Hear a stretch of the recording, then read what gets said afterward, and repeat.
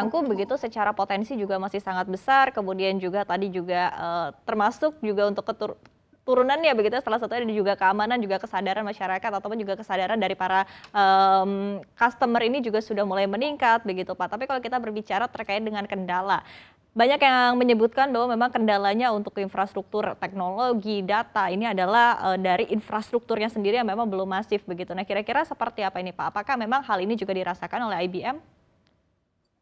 Ya, sekali lagi kita memang agak sedikit tertinggal, tapi kita punya inisiatif secara nation dan sebagainya sangat bagus sekali dan kita sudah mengejar dengan cepat sekali ketertinggalan kita di bidang infrastruktur gitu ya. Jadi itu tentu ada satu komponen yang harus kita perbaiki dan kita terus tingkatkan gitu ya.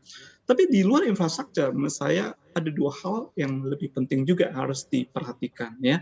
Yang kedua adalah bicara tentang prosesnya. Pada saat mereka sudah online, sudah bisa menggunakan misalnya BYOD, device sendiri, IT sendiri, laptop sendiri, tentu proses-proses ini harus kita simati dengan tepat karena ini juga menjadi sumber cyber threat juga ya. Jadi yang kedua adalah prosesnya.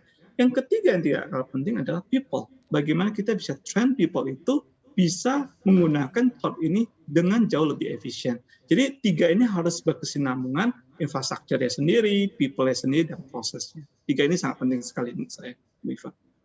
Oke, kemudian, pertanyaan terakhir Pak Tan, seperti apa harapan Anda begitu ya terkait dengan, industri cloud computing di Indonesia dan mungkin ada hal-hal yang perlu Anda sampaikan begitu, hal-hal poin-poin yang perlu menjadi perhatian bagi para pengguna cloud computing sendiri, seperti apa, Pak? Ya.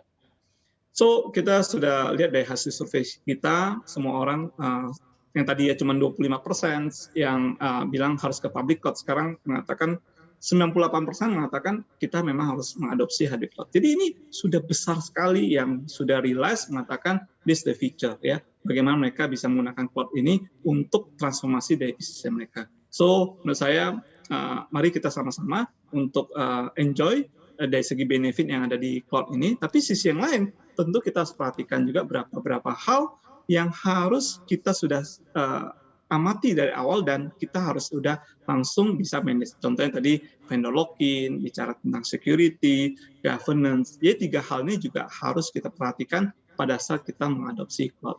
Tapi definitely potensinya sangat besar sekali, manfaatnya sangat besar sekali, tapi kita harus jalan secara berbarengan antara people, proses, dan teknologi itu sendiri.